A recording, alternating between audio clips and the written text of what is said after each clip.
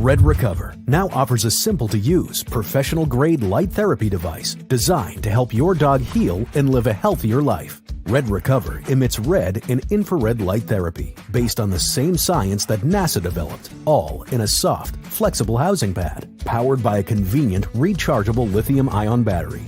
Say yes to science and give your dog the care it deserves with Red Recover.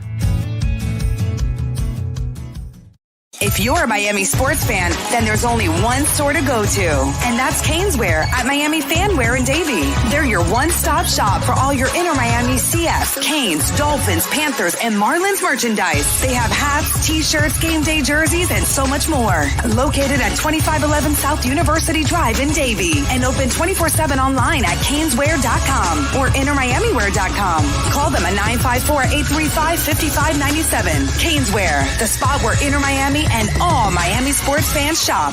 For over 16 years, EJDconstruction.com has provided South Florida residents quality craftsmanship, accurate project management, and exceptional service. That's why EJDconstruction.com is an A-rated member of Angie's List and the Better Business Bureau. When you're looking for the right custom home builder for additions or home remodeling, please call my friend Eric at 305-433-4843. That's 305-433-4843 for EJDconstruction.com.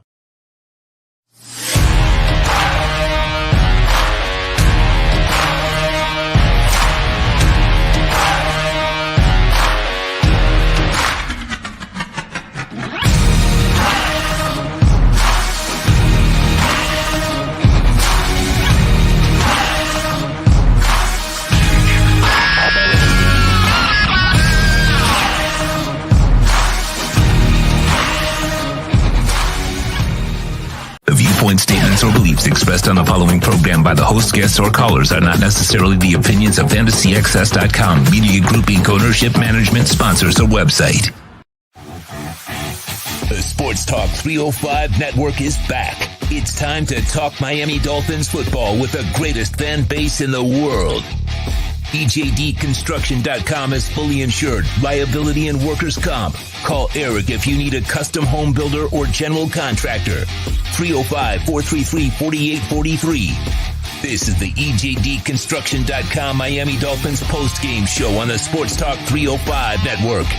The show is mastered by Sean Stanley and Chad Shobe. Here's your host, the Big O.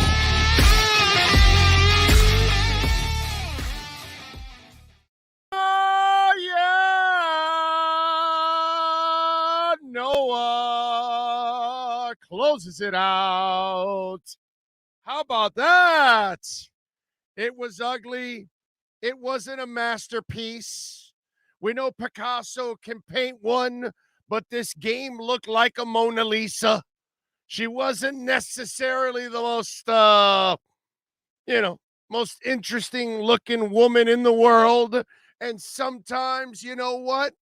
You win the Mona Lisas of the world. And tonight, hey, man, it was ugly, but it was a win. It was so ugly that Noah Igbenogany was the hammer that drove down the nail. Oh, man. This was one hell of a game, I got to tell you. It started off like, man, the Dolphins are going to score 400 points tonight. And then it ended up like we were like a whore in church, sweating bullets. Oh, my God. Oh, my God. But you know what? In the end, the Dolphins are 4-3. They're back on track. They got to win. They lost Brandon Jones tonight. When Clayton Fejedelem is actually playing defensive back, it's not a good thing, but you find a way to win, and really that's all that counts. It's not what if, you could have, you should have. No, there's a reason why the Steelers suck, because they don't make plays offensively or defensively. That's what they are. But the Dolphins, they've got all kinds of crap going on, and they're finding ways to win a game. And that's all that matters. Listen, there's going to be fans tonight that they're going to be complaining. Nothing's perfect. Tua was out for 3 weeks. Didn't look good today. He was not sharp at all today. I'm the first guy to tell you that. It is what it is, but you were able to win, and that's all that matters. And yeah, did Mike McDaniel have a good game today? This is probably his worst coach game. The clock management. I didn't have a problem on that 4th down. What I had a problem was you went with the running game where I wanted you to go with Tua. If you're going to live or die, I'd rather live or die with Tua, not your running game. Your running game is not good enough to live and die with. You know what I'm saying? So in the end, I get it, folks. We look at this game, and some of you out there, you're gonna kind of walk away with a little bit of a sour taste in your mouth. But for me, I'm gonna enjoy this one. I'm gonna enjoy this one because they had just lost 3 in a row. Okay, remember that. We're coming off watching this team lose 3 in a row. That's as depressing as it gets. After winning your first 3, Tua comes back, doesn't play a good game, and you still find a way to win the game. And guess what? You got a whole bunch of other games coming up that are very winnable. And now you'll get into it. Okay? Now you'll get into this part of the schedule where a lot of these games are winnable games. But you got to remember this. Okay? Let me just remind you of this. The Packers lost today to the Commanders. They dropped to 3-4. Miami's 4-3. Let me go around. We can go around the NFL here. The Tampa Bay Buccaneers. Well, the Tampa Bay Buccaneers are expected to be one hell of a team. Well, they're down to 3-4. They lost to the 2-5 Carolina Panthers. Still got to win the games. Even when you play bad teams, you got to find a way to win a game. And today you played one of the worst teams in the NFL in the Pittsburgh Steelers. You didn't play a good game, but you walked away with a victory, 16-10. You can sit there and be mad about it, get frustrated about it, but in my eyes, I'm good with it. I'm good with it. Now, we got some problems. All right, let's be honest now. We got some issues. There's a lot of injuries on this team. A crap ton of injuries. And, you played without Emmanuel Ogbah. It was nice to see Jalen Phillips get the sack, but there wasn't enough of a pass rush. The secondary continues to lose people. You can't get Byron Jones back. X is not 100%. Nick Needham's out for the season. Trill Williams is out for the season. Kader Kohou was out for this game. Keon Crossan was out for this game. And now you lost Brandon Jones. This is a real problem here, Brandon Jones.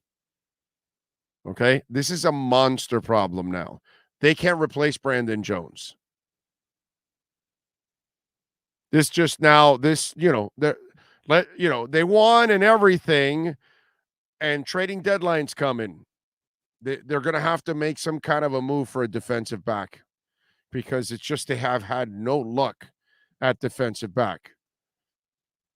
Pass rusher, nobody just gives you away pass rushers. That's really hard to find unless there's a veteran guy that might be available on the back end of a deal, maybe the final deal, something like that, but not something that is tied to multiple years. But if it's something that you can get out of in a year, by the end of this year where there are no penalties, and usually if you acquire somebody, you won't acquire those kind of penalties. It's usually a team that traded them away. Those things get accelerated on their cap, not on yours. But you're going to have to do something about that. If you can find a pass rusher or an older guy that might be available somewhere, that somebody is, now the pack starts to loosen up a little bit here leading up to the trading deadline, because now instead of the 500 stuff, now you've got, let's see, 1, 2, 3, 4, 5, 6, 7, 8, 9, 10. 10 teams that are 2 games or more under 500. So now all of a sudden that starts to become, now you have a bigger window of teams that could be saying, all right, we're it's time to sell. And that opens it up for the Miami Dolphins. But the Miami Dolphins are going to have to make a move because it's really a lot of injuries. I mean, I give them a lot of credit. Without Tua, they hung in there in those 3 games. Today they got Tua back. He started off well, but he was off, man. He was just off on several passes. He was just off, and so that's what happens. You're off for a couple of weeks. I thought he would come back and sling it around, but it's foolish of me and the rest of us to think that he's going to get back on track, and we're hoping the best for him and all of that. But I will tell you this, there are things that are disturbing besides the injuries. And one of the things that was disturbing in this game, and I got to say it, it's not that Tua was off today. At least he was off after the first couple of drives, but it's really more about, it doesn't look like it's going to ever change for Tua. And what I mean by that is, I don't know if it's ever going to change. Well, no, it's not that I don't know. And we kind of predicted this. We talked about this on the show. We showed you, and if you can, Sean, take down the cover there for a second. And we showed you, I want to say it was like 2 or 3 weeks ago. We showed you, about 2 weeks ago, we showed you a video of Tua, a young high school Tua, talking to a media member about taking on contact and how his dad would get furious with him. And what did I tell you? Go back and listen to that segment. What did I tell you then? I go, this is disturbing. Didn't I tell you that? I go, I'm disappointed. I'm depressed. Because if his dad can't reach him, if Saban can't reach him, we talked about this, right? That maybe the wife, or we'll see if Mike McDaniel. And folks, nothing's changed. Nothing's changed. Nothing has changed at all. He doesn't get it. He doesn't get it at all. He doesn't understand sliding. And I get it. It's 3rd down.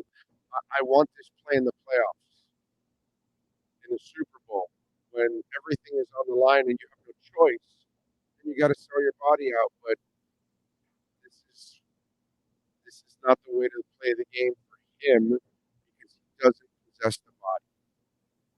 And for me, ladies and gentlemen, if there's something that I was bothered with in that game, there was a part of me that now kind of, it's like, okay, this kid does not want to have a long career. He doesn't think about that, because that play does not require that. That moment does not require that. I want you to win with your arm. You can win with your arm. I know today he wasn't sharp. I don't care about that. I'm not worried about that. He's been a deadly accurate passer all his career. He's out for 24 days. Game speed of the NFL, he's got to readjust to it and get back in a groove. And so I'm not worried. Those things I'm not worried about.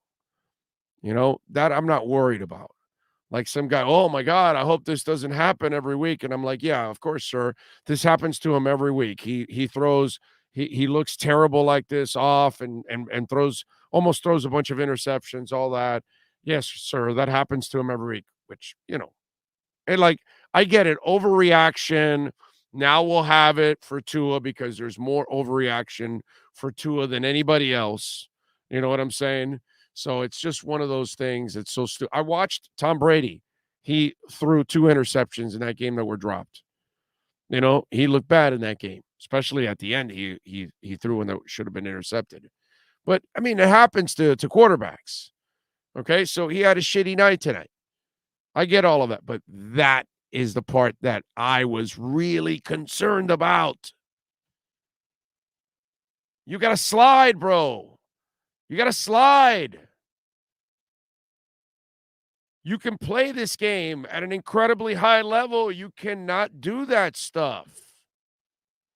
That, to me, that when I walked away from this game, from that moment on that I saw that, there was a part of me, it wasn't so much about the score, the struggles of the offense or the defense that has no secondary and has no pass rush, which is a disaster to play defense. We could talk about all those other things. I'm watching Clayton Fedulum out there actually having to play defense, which is scary. Noah Igbenogany was absolutely terrible until that last play, which, okay, great. Good for him, whatever, but he has, that right there. What you saw there, he never shows ball skills. Finally, he showed some ball skills, but one time out of 400 does not count much, but hey, God bless him. He made a play. This team's got some issues. They got a lot of injuries. It's just too many to overcome. Okay. X is at 70%. Byron Jones has been out the entire season. Now you lost, Needham. You lost Trill Williams, which was going to be your fourth defensive back.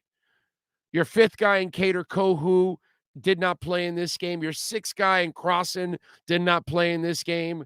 You've got Noah Igbenogany, your seventh corner, playing out there. And now you've got Clayton Fedulum playing out there, a guy that Clayton Fedulum and Larry Izzo were the same, not even the same player, because Izzo was an elite special teamer. Fedulum is a good special teamer, but neither one could play their positions on the field. Larry Izzo sucked as a linebacker. He was horrible. And Clayton Fedulum as a safety is horrible.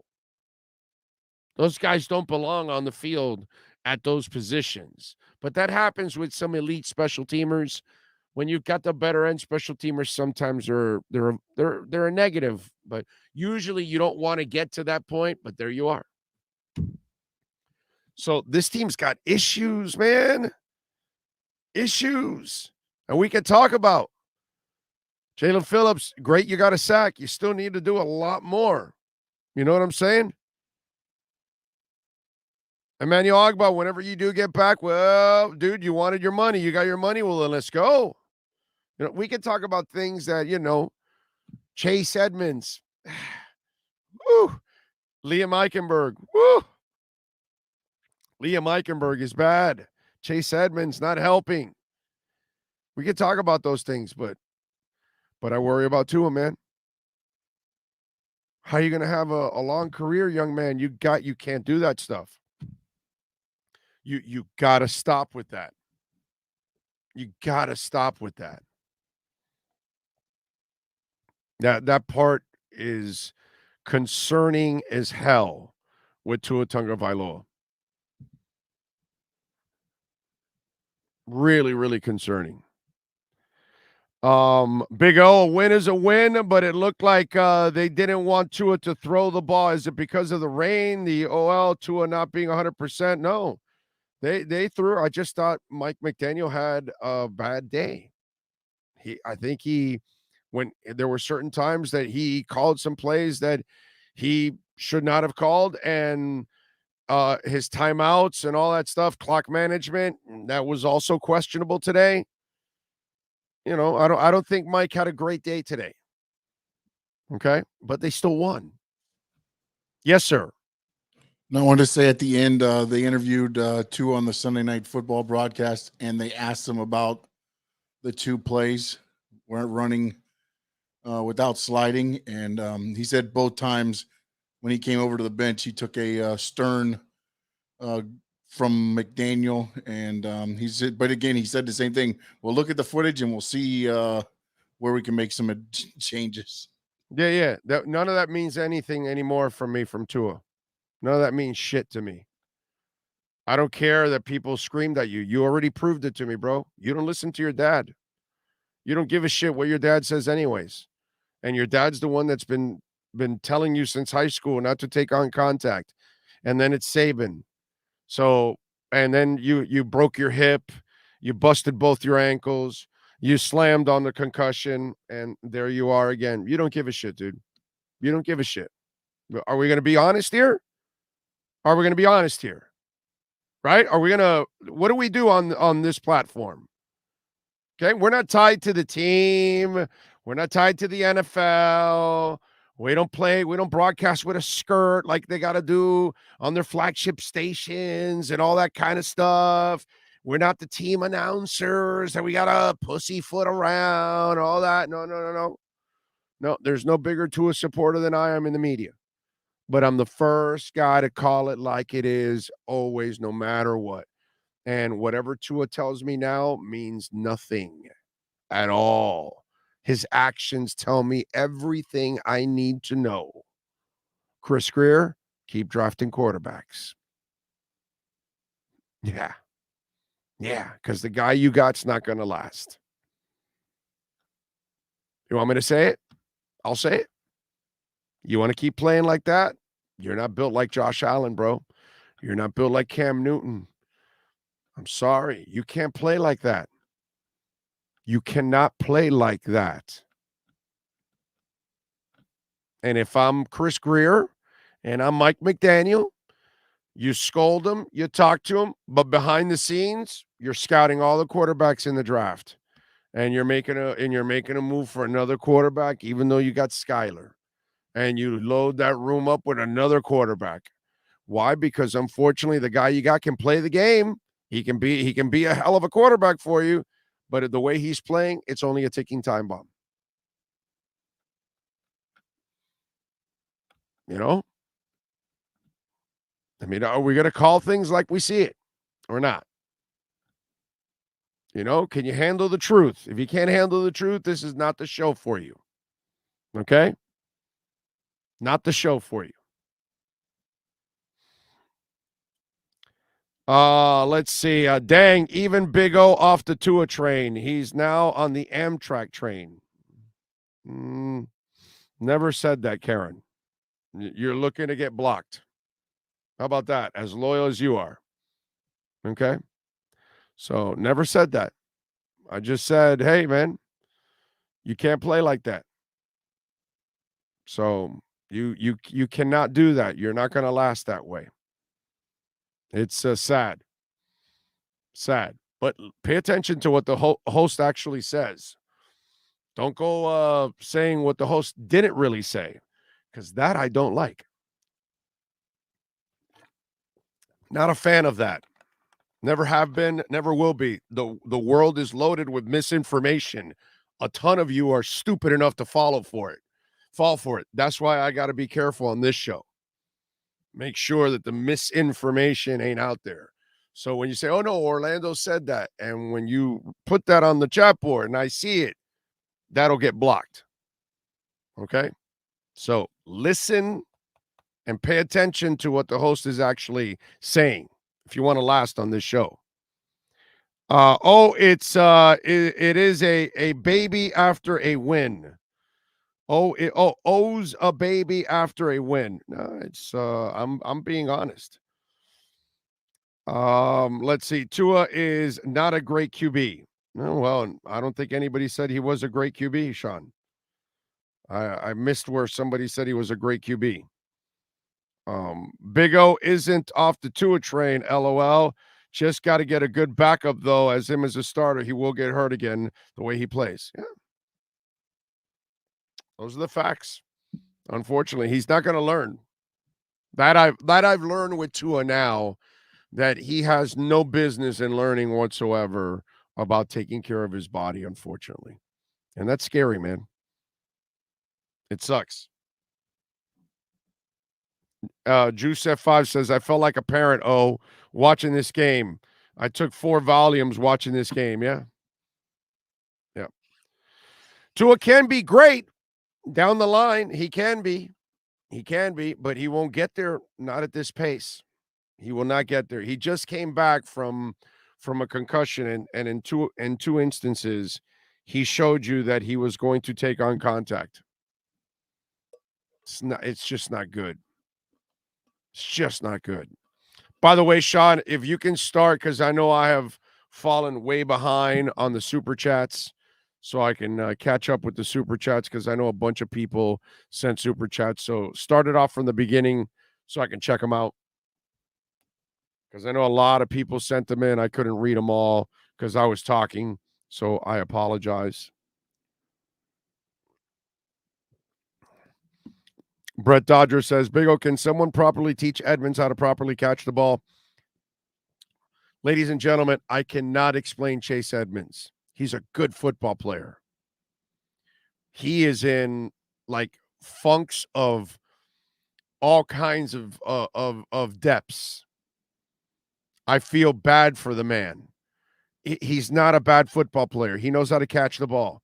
He knows how to run. He's a good player. But wow, holy moly, is that guy having a real problem?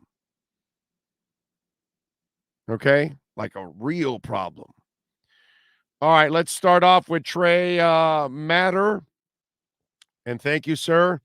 Says, laid my grandmother to rest this Friday, and my grandfather, I'm sorry, to rest this Friday, and he was a huge Dolphin fan, even watched the perfect season. Thank you, Finns, for sending him off with a win. Nice job. Nice job. Trey, my condolences, sir. I'm sorry for your loss, sir. And I'm glad that he's up in heaven watching the Finns win, my friend. All right, what do we got next? Kevin Beal, not the same old Dolphins, only complaints, terrible play calling on that 4th and 3rd. Edmonds is trash. Sorry being negative. Player of the game, Brandon Shell. Nice job by the front office finding something out of the scrap heap in Brandon Shell. He's done a decent job, bro. Greg Little is terrible, and that guy has outplayed Greg Little in a big-time way. Good job by you, Kevin. Nice pointing that out. I'll look at the line a little more, in the next day or two, and I'll rewatch the game. But yeah, Brandon Shaw has been a nice find. They're like 7-9 deep now at corner. I don't know how they're going to find more corners, dude. Damn. All right, what's next there, Sean? Give me the next one. Jose Lucas, Tua looks super rusty, but McDaniel was bad today. Yeah, no, it wasn't a good day today. Listen, they won. They played bad, and they won, and they're 4-3. That's all that counts, baby. I'm not going to sit here and and oh my God, the world is coming to an end. Am I disappointed with Tua not taking care of himself? Hell yeah. Am I frustrated with all the injuries? Yeah. McDaniel's play calling? Yeah, I'm not worried. Tua being off today? I'm not worried. That'll get it back on track. I need Tua to take care of himself. And he won't do it. That sucks. Next one there, Sean. Tom Wilson, thank you, sir, for the love on the super chat. No comments, but thank you. Appreciate you. Next one.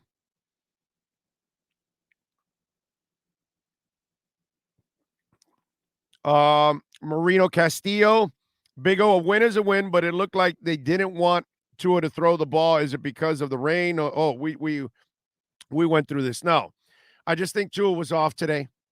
That's all. He wasn't in rhythm today, man.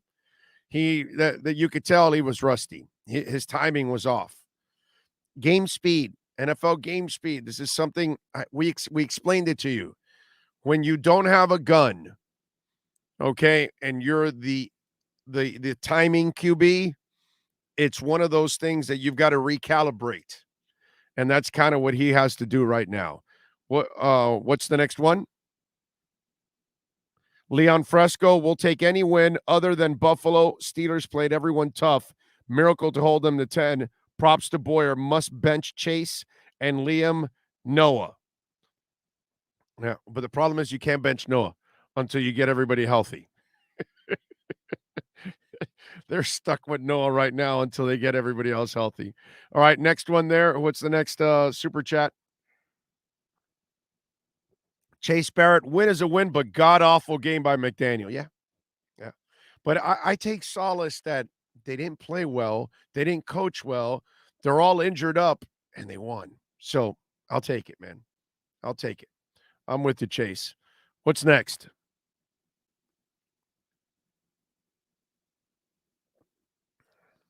We will have Marcel Louis-Jacques and Cameron Wolf coming up. Danny F. says, being that Big O was one of the only media members that was right about Tua's franchise QB abilities, I trust he's right about Tua's injury problems. I mean, I appreciate you, Danny. Thank you. Hey, listen, not for nothing, brothers and sisters out there. I've been doing this now. We're about to close out our 33rd year in January. In our, 30 years of doing this, there's not a media member in town that's been more right about the Dolphins. Okay? Not to brag, but we will brag. Okay? More often than not. I ain't perfect. I'm far from it. I'm going to get some stuff wrong. But when it comes to the Dolphins, few are more right ever in this town than I have been. Thank the Lord on that. I've been blessed with that curse. All right, go ahead. Thank you, Danny. Appreciate you, my brother. David Triana. Oh, have you noticed that Alec Ingold isn't being utilized on 3rd and 4 short down situations? Why do you think that is? Have no idea. Have no idea. It's a great point on your part, but don't know why they don't use him more on short yardage situations. Considering that I don't trust Chase, I would try to use him more. So I'm with you there, David. Thank you, sir. Nano filmmaker, Big O, bro, you keep it real. I was wondering how you would respond. I'm going to be honest, man. I love Tua. And, I know he wasn't. I'm not worried about Tua's play today. I know he was off. I get that. I don't have a problem with him being off. Dude was off for 24 days. Okay? You know what's funny? You want to know what's hilarious? You want to know what's just flat out ass-kicking, butt-slapping, just crying type funny shit? When everybody made all that crap about what happened to him on Sunday against Buffalo, and then said, well, Thursday, and then they were trying to blame Sunday. That dude was sharper after he allegedly got concussed in the first half against Buffalo. In the second half, he kicks Buffalo's ass and throws the kill throw. And then on Thursday, he comes back and he's lighting up the Bengals in that first half before he gets slammed to the ground.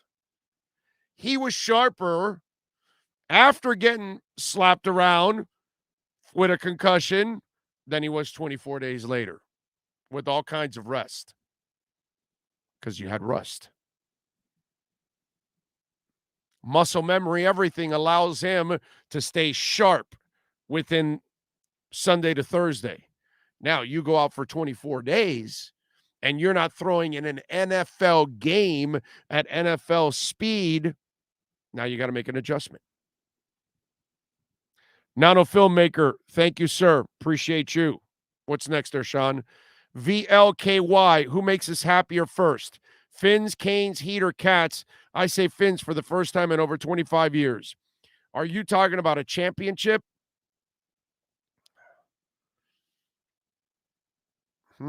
That's a good one. I think the Canes can be in a championship in 3 to 4 years, 5 years. It's going to take Mario a couple of classes to get guys like Javon Holland, get a bunch of those guys in there. But you know what? I'm going to go Fins.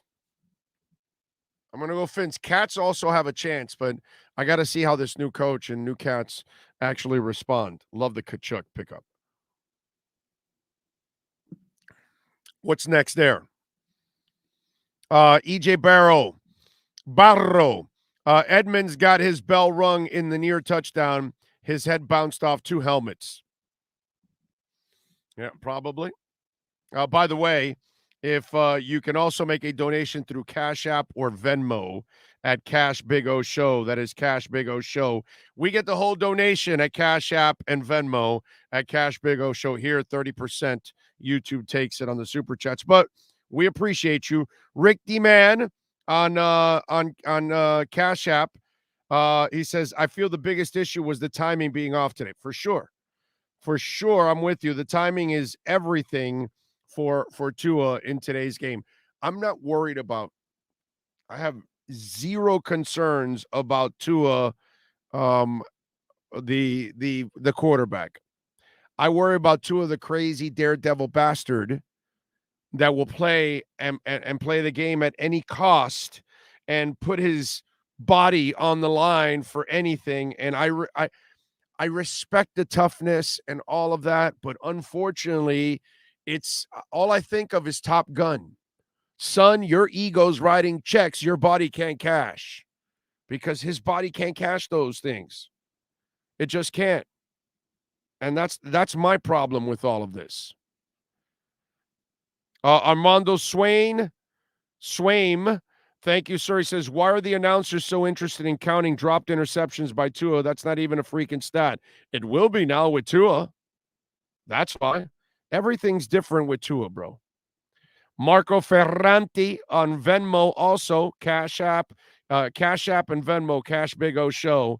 Excellent pass protection by the line, keeping them big boys off Tua. And clutch performance by the Dolphins will take the win. You know, listen, in the end, it wasn't pretty, but I am happy that it is the win. I'm frustrated with the damn injuries. The team does not get a break, and this sucks. What's the next one, Sean? Brett Franz. I'm Hans, and I'm Franz, and we're here to pump you up. This run game needs a spruce of life. It's crucial when it comes time to the playoffs. Well, get Liam Eichenberg out. Put Robert Jones in there. Maybe you could keep Armstead healthy enough to play and start to develop something. But, yeah, they have not solved the running game issue in the offensive line yet. They had enough time to at least pass, which was good. Thank you, Brett. Appreciate you, my brother. Next up is John Kostonek.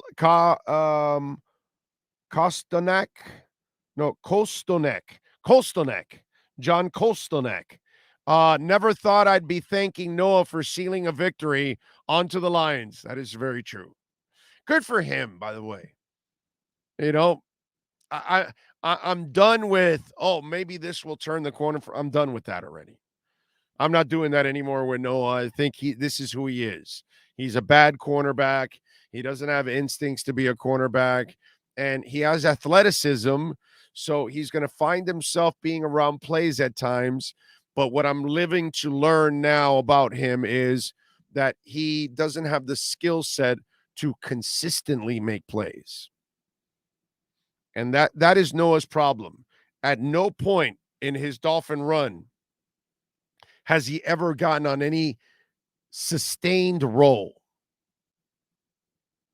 And so it's a play here and then 10 bad plays and then another decent play and then 15 more bad plays and then a decent play and then 5 more bad plays and then a decent play. And, I'm done.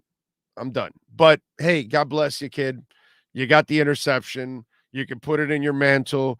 Who knows, 3 years from now when you're, I don't know, what do you do, working at a law firm or I don't know, computer company or something, you can have the ball there and say, yeah, that's a interception I got against the Steelers. Next up, thank you, John. Appreciate you there on the super chat. Leon Fresco, again, he says, give Tua credit. He throws an uncatchable interception. This is true. Now, here are the facts. The Steelers suck. Teams that suck lose. Teams that suck don't make plays. Teams that suck drop interceptions. That's why the Steelers are the Steelers this year. They suck. So by them dropping interceptions, that's who they are. They suck. So at least they're consistent. Thank you, Leon. Appreciate you. They're not used to, catching balls from lefties. In fact, the Steelers' defensive backs aren't used to catching balls at all. Anything next? Did we catch up already? Are we in? In like Flynn? Looks like it. All right. I like it. I like it. I like it. I like it. All right, folks, we do want to tell you about Policy Genius. And we all hope, of course, that you never need life insurance. And, life insurance is incredibly important because if something happens to you, then what happens to your family? And if you don't plan ahead, you can leave them in an uncomfortable situation. They're going to have to carry on with some of your bills and some of your problems. And this way, with the life insurance policy, you can set things up and set your family up. Set the people you love. Look, it's tough enough to go through all that grief. Now, if they can go through that grief, which we're all going to have to cross that bridge one day, but if you leave less of those problems, it just becomes a little easier for the family to support each other. This is why, folks, when we talk about Policy Genius, life insurance, listen, through your workplace, it may not offer enough protection for your family's needs, and it won't even follow you if you actually leave your job. Now, since life insurance policies typically get more expensive as we age, now is the time to buy. Policy Genius gives you a smarter way to find and buy the right coverage for you and your family. Now, listen, if you have life insurance, awesome. I know this. I've been through it. I've watched family members that had life insurance, and everything went well. I can't imagine when you don't have it and then they've got to carry that burden. You don't want to pass it on. So Policy Genius was built to modernize the life insurance industry, by the way. Their technology makes it easy for you to compare life insurance quotes from the top companies like AIG, Prudential. In just a few clicks, you're going to find the lowest price, which is super convenient.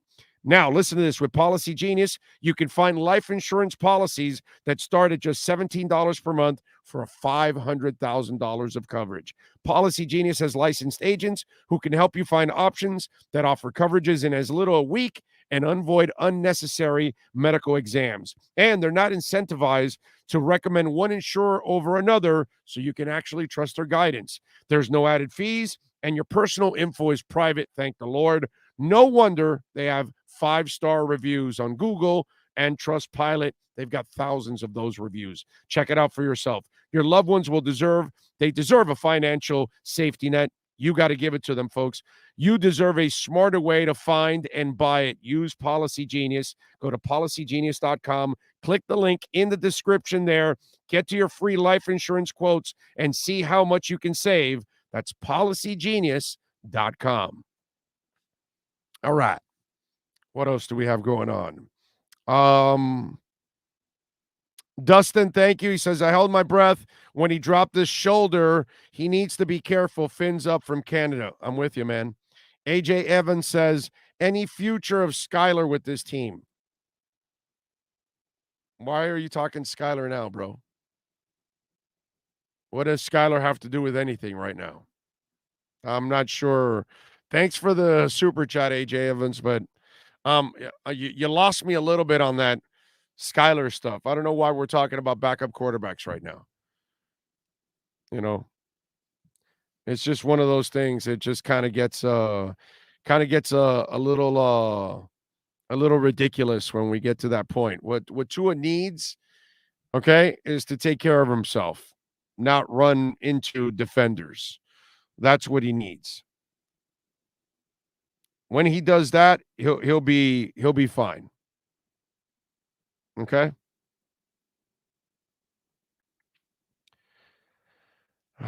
Let's see. Rub-a-dub-dub, thank you. He says, Dolphins got the best stat of the day. 1 win in the stat column. In the future, no one will talk about dropped interceptions.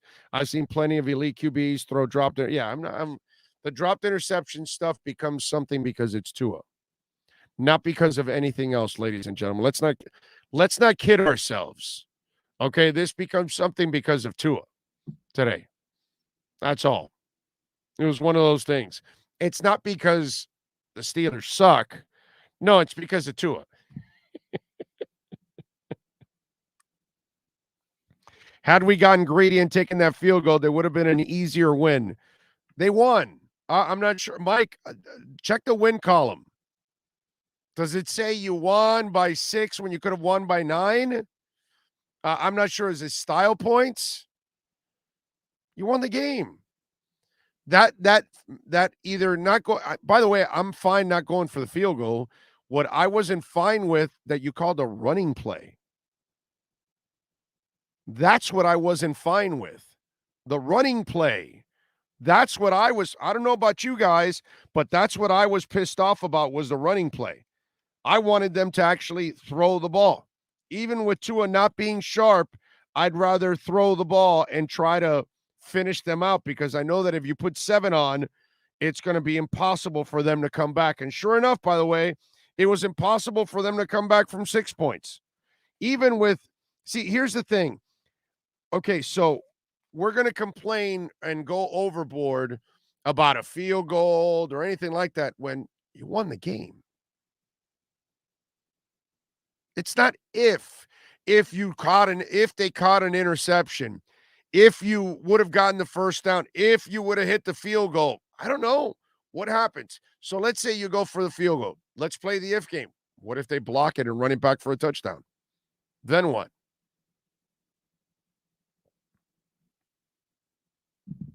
If is, if and close and all, that's hand grenades and horseshoes.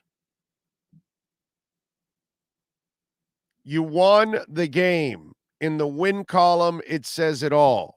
Win, not a loss. Doesn't matter how you win the game. But, oh my God, this, that. Come on, man. Let's worry about the real problems, the injuries on the team. Let's worry about those kind of problems.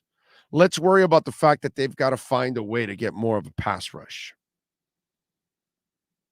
They've got to get defensive backs healthy. They've got to figure out Liam Eichenberg. Robert Jones needs to get a chance. Please give Robert Jones a chance. That's the kind of stuff that I'm going to worry about. I'm not going to worry about what if interceptions. I'm certainly not going to worry about Tua not being sharp. So what? So what if he wasn't sharp? Okay, fine. You won. You played a crappy game and you won. Maybe that's because you're a pretty good team. You know that? Maybe you outlasted the Steelers because with all the injuries you have in the secondary, your pass rush is non-existent. Your best pass rusher, by the way, was out for this game. Your top cornerback is playing probably at 70%. You lost your strong safety in the game in Brandon Jones.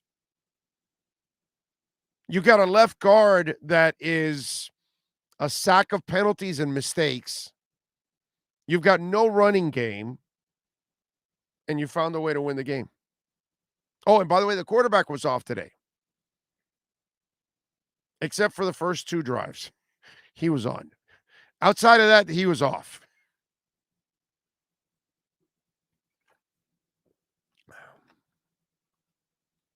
So things aren't that bad. Now, the secondary issue, yeah. Now, this team cannot contend. If you want to, let's talk football. Let's not talk about what if interceptions and stupidity like that. Let's talk about contending in playoffs.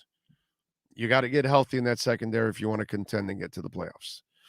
You got to get a pass rush if you want to contend and get to the playoffs. And you better solve that left guard problem if you want to get to the playoffs and, want to make an impact. Let's have that conversation.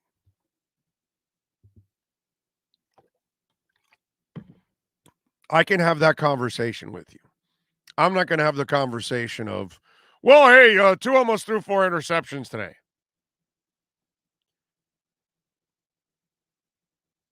I'm not doing the what if game and all that bullshit. And I'm not worried about Tua not being sharp. He'll be sharp probably next week against Detroit. Now with this game under his belt, I'm sure, and another week of practice, I'm sure all hell's going to break loose next week with the passing game. But you still got to get better in the running game. And that defense has got to get better. That defense is a liability right now. And I give Josh Boyer a lot of credit. He cannot run his defense without those corners. And let me tell you something, the loss of Brandon Jones, that kid was growing up as a cover guy. He's a terrific blitzer. He's tough as nails. He'll hit the hell out of you. He's terrific in the running game. You know. So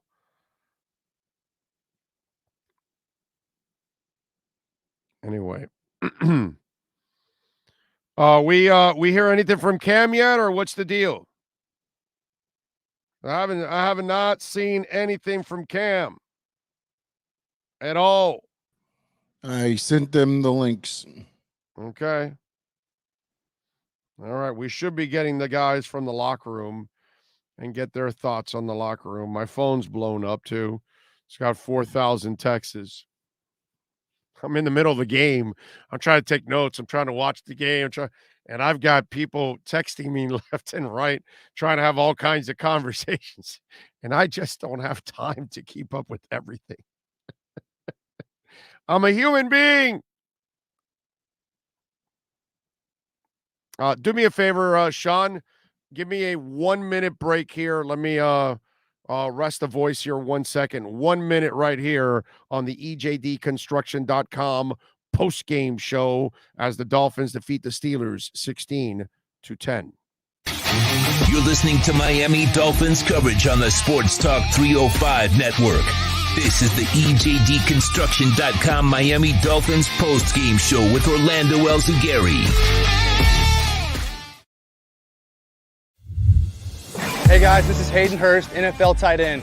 I'm partnering today with Red Recover. We're going to run you guys through some drills.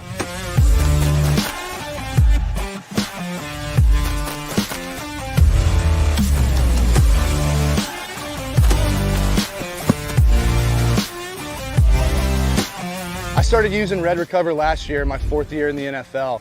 It just helps me on Mondays after games, get my recovery process started, get back into the fold of the week, and get ready for the following Sunday. If you want to recover like me, use Red Recover.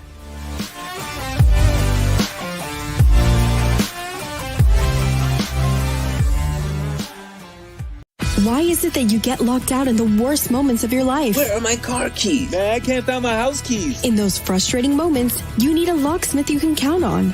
A. Lenny Locksmiths in South Florida, from Miami to Port St. Lucie. In Central Florida, A. Lenny locks it down in Orlando and Tampa Bay. Lockouts or lock changes for home or business. Car key replacements and programming all model cars. 24-hour service. Call them at 855-869-5625. Go to the website at alennylocksmith.com. You're locked into the only platform truly dedicated to South Florida sports. This is the EJDconstruction.com Miami Dolphins postgame show on the Sports Talk 305 network. Here's your host, Orlando Alzugaray. Friday, welcome back on a, I guess it's one of those Sunday evenings that I know you wanted a little bit more, you wanted a little bit more sizzle, and it started with plenty of sizzle, which was beautiful, and unfortunately it kind of fizzled after the sizzle, and it wasn't the same. But I also want to remind you that they won. Okay? They won. So be patient. They're 4-3. They've got a winning record. You got Tua back. Let's get some injuries, get some guys. I mean, get some of these injured guys back. And maybe, just maybe, you'll feel a little bit better. By the way, I do want to tell you about BetUS, a proud sponsor of our program. And we love talking about BetUS. Why? Because they are back for their 28th year in the NFL. You got a little Monday night action going on. So BetUS offers the industry's biggest sign-up bonuses up to 200%, folks. And BetUS has all your favorite leagues, including the NFL, NBA, and MLB. And of course, BetUS offers everything, including live betting, MMA, golf, horses, esports, and all kinds of crazy bets. BetUS also has hundreds of new casino games, including the coolest European slots with live dealers, and they're waiting for you at the tables. BetUS is a sportsbook with integrity and longevity, and you know that you are going to get paid. I use BetUS all the time. You can do it too, folks. BetUS.com. That's BetUS.com. Join now and get 200% in bonuses with the promo code BIG. Ow! Nobody in the industry gets you better discounts than BetUS. Again, join now and mention Big O, and you get up to 200% off. BetUS.com. All right. What else do we have going on here? The punter was the unsung hero. He's been good all year, man. He's been excellent all year. I got to give the punter a lot of love. So I'm with you there, Juice F5. Thank you for the love in the super chat. DJ Gallagher, I'm with Tua has to protect himself at all costs. Hear me out. Could Tua and even McDaniel fall into the trap of almost overdoing it to indirectly rub Flo's nose through it all? No, I think they were just trying to win the game, and they didn't have a good game today. You know, Tua wasn't sharp. McDaniel wasn't. I don't think he called a good game. I think he kind of screwed up a little bit in the play calling. So yeah. By the way, he says he needs a link. Give Marcel another link again. I don't know. Oh, he says he got it now. All right. He's kind of a goofball. Fabian Dag says, crazy how we win with Rusty Tua. So talented. Offense isn't even hitting on all cylinders. Super concerned for his health, though. Yeah, we should be. We should be very concerned with Tua's health with the way he played and recklessly. We're going to get Marcel Louis Jacques on in just a second. And we'll get to a lot of the issues that are going on with the Dolphins. McDaniel said in the postgame locker room that he was happy for Noah Igbenogany because they know how hard he has worked to get on the field to contribute. Yeah. Coach Marcel Louis Jacques says, Coach, I'm sorry. I needed that Tua to McDaniel after lowering his shoulder into Devin Bush in the first half. And he says that he'll be advising him to slide. It's this should be so fresh in your mind. And you know what's the screwed up part about all of this is that it shows you how fearless Tua is. Crazy, dumb, whatever. You could use all kinds of adjectives for this, by the way, okay? But the dude's fearless. I mean, you bust up your hip, that's a pain and a rehab that probably should remind you for the rest of your life. And here you go, doing the same shit all over again. You blow out each ankle. Now you get slammed to the ground with the Bengals, and here you are. First game back, and same position, and the same thing over and over again. You sought contact. Again, it's the weirdest thing with Tua. It's like, wow, I'm telling you, remember I told you earlier in the week on the show, I told you about Tua is like my Yorkie. I have a little Yorkie, and he thinks he can run with the big dogs. And then there are times where he gets trampled, and it's not because the big dogs wanted to trample him. It's just that all of a sudden my two big dogs are wrestling and all, and he gets pissed off. He thinks they're out of control or something. So then he starts to get in it, and then as they roll around or whatever, they end up hitting him. And you're like telling Ziggy, get the hell out of there, Ziggy. Move out of there. You know that scene where Clubber Lang is hitting Rocky in the ribs, right? And the trainer, the bald-headed trainer screaming, no, get out of there. Oh, no, I think it was when Rocky was hitting, it was when Rocky was hitting Apollo. And he knew that he was beating up that slab of meat. And that's me screaming at Ziggy, get out of there! Those are two big-ass dogs. And here is Mike McDaniel,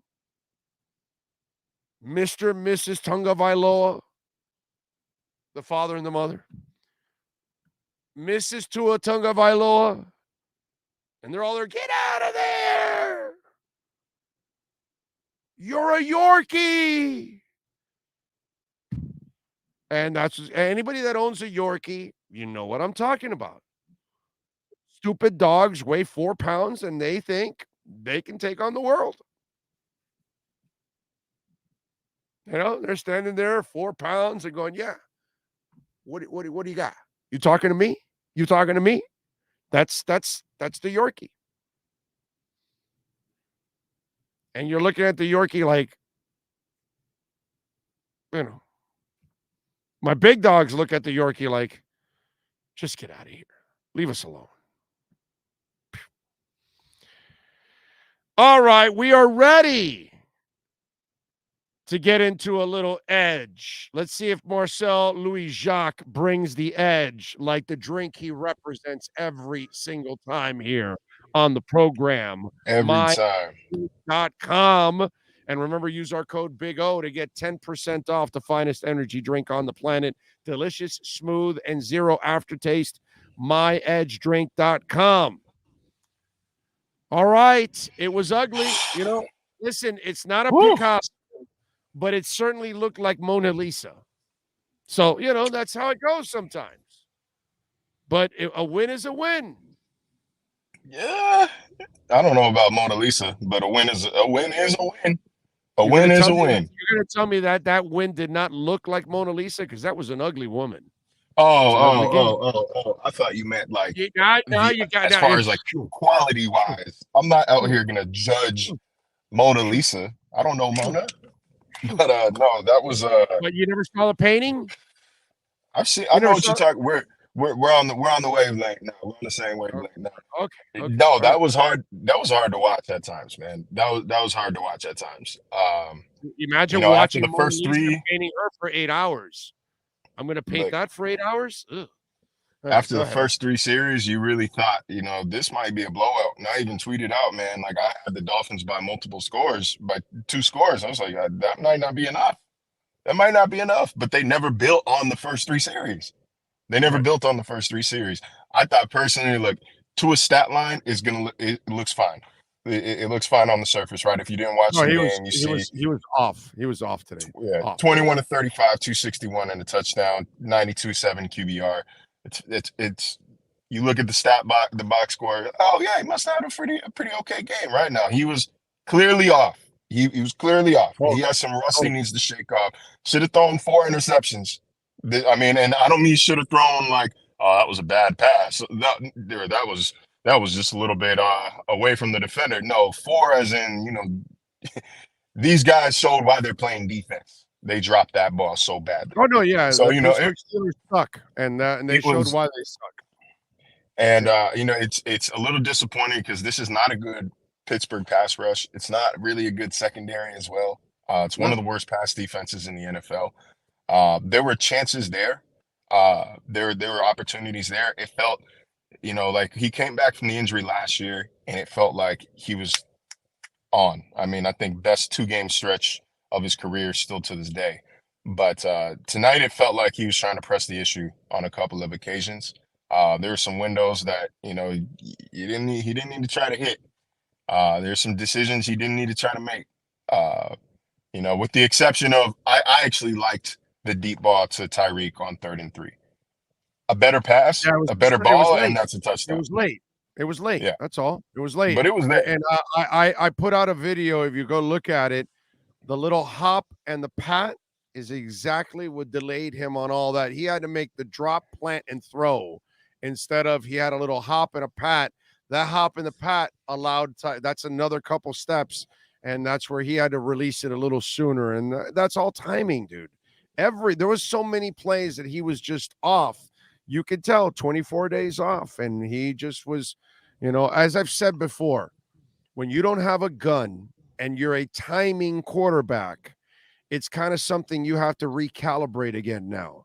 And he has to recalibrate the NFL game speed with his arm, and the anticipatory skills have to kind of be readjusted. And they were off. And that's what you could tell. Those anticipatory skills were just off. And those just off almost ended in turnovers or incompletes. Is what it ended up happening. And so that was my big takeaway from the game, is that, Tua still has some rust he needs to knock off before this offense is back. Like, he's back on the field. He's got a couple, maybe another week of practice. I think this was his first full speed week of practice since week 3. He just has a couple of those things to shore up on. I like what Sean Cooper said here. He needs to recalibrate a little bit. There were certain times where, like the Tyreek's going to get credited for a drop because the ball hit his hands. And he probably deserves it because of the little stutter he took out of his break there. And I think it was the first quarter. But I think Tyreek expected the ball right out of his break. And that's when he didn't get it. That's what triggered the slowdown. And I think that's just a timing issue between him and Tua, communication issue between him and Tua, that, it'll get worked out once they get that chemistry and rhythm back. The good news is, I know that you guys, y'all love it when I look ahead, right? You love it when I look ahead after a win. The good news is the Lions are quite literally the worst defense in the NFL. Statistically, they are the worst defense in the NFL. If you're going to get it right, you're going to go get it right at Ford Field. Yeah, no, I mean, listen, but you should have gotten it right against these guys too, right? I mean, this is a terrible team you're also playing, but again, I think the quarterback being off. Now, how did McDaniel respond to Tua taking contact again? And I by the way, I talked about this a couple weeks ago when I played the video. Did I play the video for you of high school Tua? I don't think so. Oh, okay. Well, high school Tua said his dad got really pissed at him and would even reprimand him and all that. And so his dad never got to him. His coach never reached him in Saban. So is his wife or McDaniel going to reach him? Because, dude, you're fresh off getting slammed and out for 24 days. And in 2 instances, you went and took contact for no reason at all. You still haven't learned how to slide. And to me, that is disappointing because it's all Top Gun. Okay, son, your ego is writing checks your body can't cash. Did you see the original Top Gun? Yes. Okay, so you remember when the bald guy was talking to Maverick and he said, son, your ego's writing checks your body can't cash? That's exactly what Tua's doing right now because he's not built like Cam Newton to be doing shit like that. It's interesting that, so listening to the Maria Taylor interview, when they brought up his parents' reaction, I got the sense, and tell me if I'm crazy here, Chad, I got the sense that his parents. Well, you ever been watching like YouTube, and right when it's coming to that main scene, it goes to like that 6-second commercial break. That's exactly what just happened right now with Marcel. Oh, my bad. I got a call. I put it on D&D though, so hopefully we're done with that. But okay. I got the sense that Tua's parents asked him to reevaluate his football career. That's the sense that I got with how hard they took it, seeing him hospitalized like that. So of course they're not going to be happy. He's a grown man. There's only so much they could do, but of course they're not going to be happy there. Mike McDaniel kind of admit, no, that's not really what I wanted him to do either. I will be advising him to slide. But that he said that Tua told him, sorry, coach, I needed that. All right, bro, you needed it, then you needed it. I'm not going here and sit here and tell you what you need and don't need. But I will tell you, I'll tell you what, man, you playing like you were not just hospitalized last time you were on the field. Yeah. I get, if you play scared to be hurt, if you play with the fear of injury, that's usually when you end up getting hurt. Because you tense up when you get hit, you do something it's not. That happens, but clearly he has no fear. But we know you're not scared, bro. We know you're not scared. You don't got to prove that to us. He said he keeps receipts. Throw them away. Don't burn those receipts, dog. We know that you tough. We know this is why when This is why I think you asked me on Thursday if I felt good about what, Tua was saying and all this, Yeah, I know, like, for the longevity of my playing career here, yeah, I know, like, throwing the ball is not away is not something I do well. This is why I say, yeah, this shit is sweet. I'll believe it when I see it. Because we've heard this for a year. We've heard this for a year now. That's not encouraging. That's not encouraging. It's like I don't want to make like a mountain out of a molehill here, but like it's not encouraging in terms of what he just told us throughout the week. You got to kill that hero ball stuff. You think that, usually a big hit like that, it humbles you a little bit. You got to learn to kill the hero ball stuff. But I mean, he did enough to win. That's really what matters at the end of the day. The losing streak is over. We saw signs of that same efficiency that we saw throughout the first 3 weeks of the season. It's highly encouraging. I would be, even if they beat the Lions next week, if they look like that when they do, I will be equally as critical because I think that would be disappointing. It wouldn't be as disappointing as a loss, but it'll be disappointing if they don't torch a league worst defense, with 2 full weeks, of football activity under your belt. But no, like that's kind of the takeaway here. They did enough to win the game. That needs to be recognized. Defense did enough to win the game at the end of the day. That needs to be recognized. But there are obvious signs of rust that do need to be shaken off before you can really say Tua is back. I think he'll do it. I think this offense is still one of the top, we'll call it 6 to 8 offenses in the NFL when he is healthy. I think they'll get back to that, but it was not like that tonight, and understandably so. It's been a month, basically, since his last real action. All right, so Tua had an off day today. Did Mike McDaniel have an off day as a coach today? I would say so. There are a couple calls in there that didn't quite make sense. Obviously, the one that stands out is the 4th and 3. They ran it. It was essentially, it kind of looked like an RPO to Chase Edmonds up the middle. It went nowhere. It was the rare occasion where the next gen model actually suggested kicking the field goal. I pay attention to the decisions on the next gen model every week. They don't tell you to kick the field goal. More often than not, they're telling you to go for it. In this instance, they say kick the field goal. It had a slight edge. I would have gone even with an inconsistent Tua. I don't mind going for it, but I would have put it in my quarterback's hands, not in my running game. Come on, dude. That running game is not good enough to trust. I mean, no, I thought and by the way, did the 2 downs before that not convince you of that? I thought, and I tweeted it out even. Look, either kick the field goal or put it into his hands. Right. Like that's the options, especially on 4th and 3, man. It's not like you could just fall forward and get it. Like you have to get some push, and that's not something that line had done during that series. So it didn't make much sense to me. He admitted after the game, he said, look, I had faith in the players at the time, obviously immediately with how Jason was kicking. It was a bad decision. He said, I took full responsibility for it. I kicked a field goal. The end of this game is nowhere near as dramatic as it was. And, where everybody's going home with their heart rate intact. But yeah, it was everybody's got their off days. You know what I mean? Everybody's got their off days. I thought clearly they had something figured out about this Steelers defense because it started off so hot. They started off so sharp, and the creativity in the route design and the play design and getting players open in the open space was right on par with everything that Mike has done through the first 6 weeks of the season. It did feel like Pittsburgh adjusted and Miami did not, and I'm gonna have to watch the film to determine exactly how. The one adjustment that I did love that Miami made defensively, I will credit Josh Boyer for this since they were on. I mean, if one more DB got hurt, they're gonna have to call.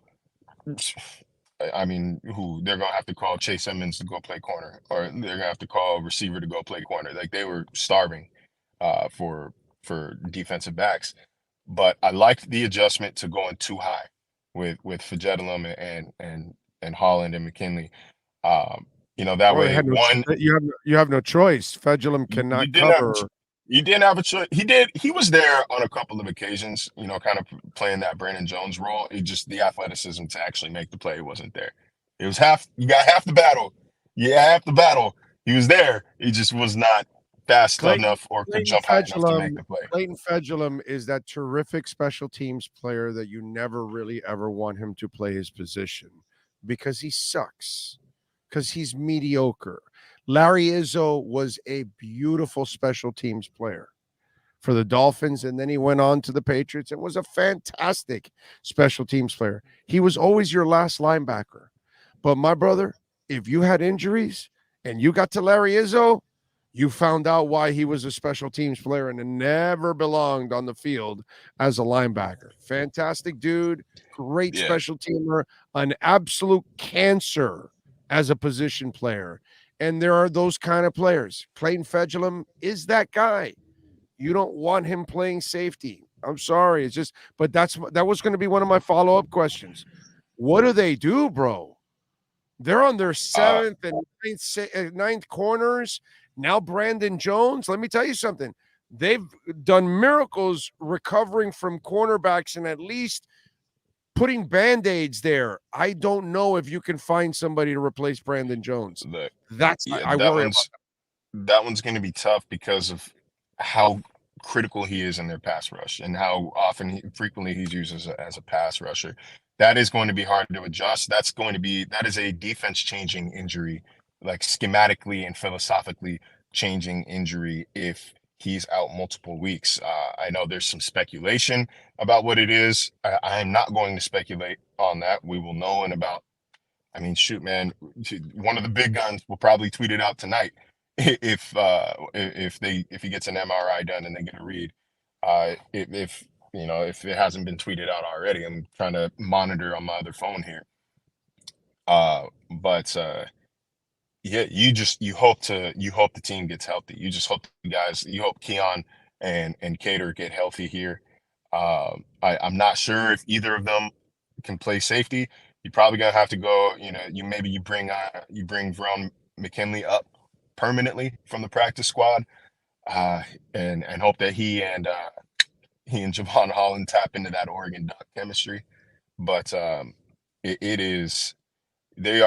scraping the barrel. That's the best way to put it right now. They're scraping the barrel at defensive back. And but I liked the too high. One, obviously, yes, they had to do it, but it also rolled somebody over the top for Noah. And one thing that I've noticed that Noah does, and I'm not a DB coach, so don't take this as bond, but one thing I have noticed that Noah does is his eyes never leave the backfield. On some of his worst reps, his eyes never leave the backfield. He loses track of the men he's lined up across.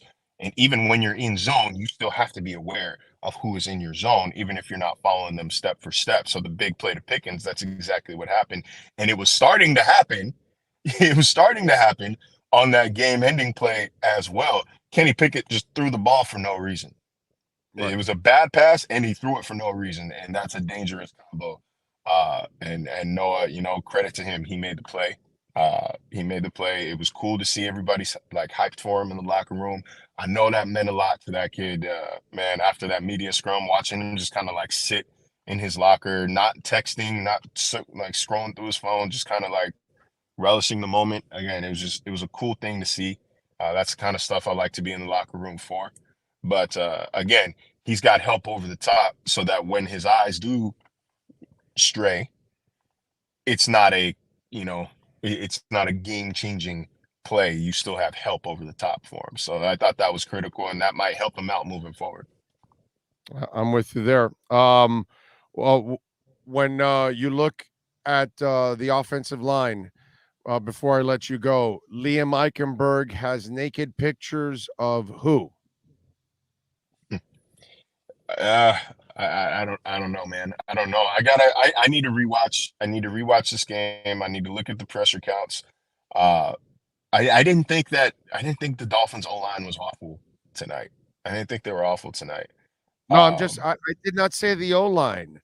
I said, who does Liam Eichenberg have naked pictures of? That's all I'm asking. Because he's not very good. 2 more penalties today. Mediocre play on his part. I'm just wondering, why does he continue to play? Why doesn't is Robert Jones that bad? Is what I want to know. How bad is Robert Jones? again, like we said on Thursday, like we're going into week 8 now. If they haven't shown it, if Dieter or Jones were a better option than Eichenberg, No, they would Dieter's have not made going the to get switch the already. chance.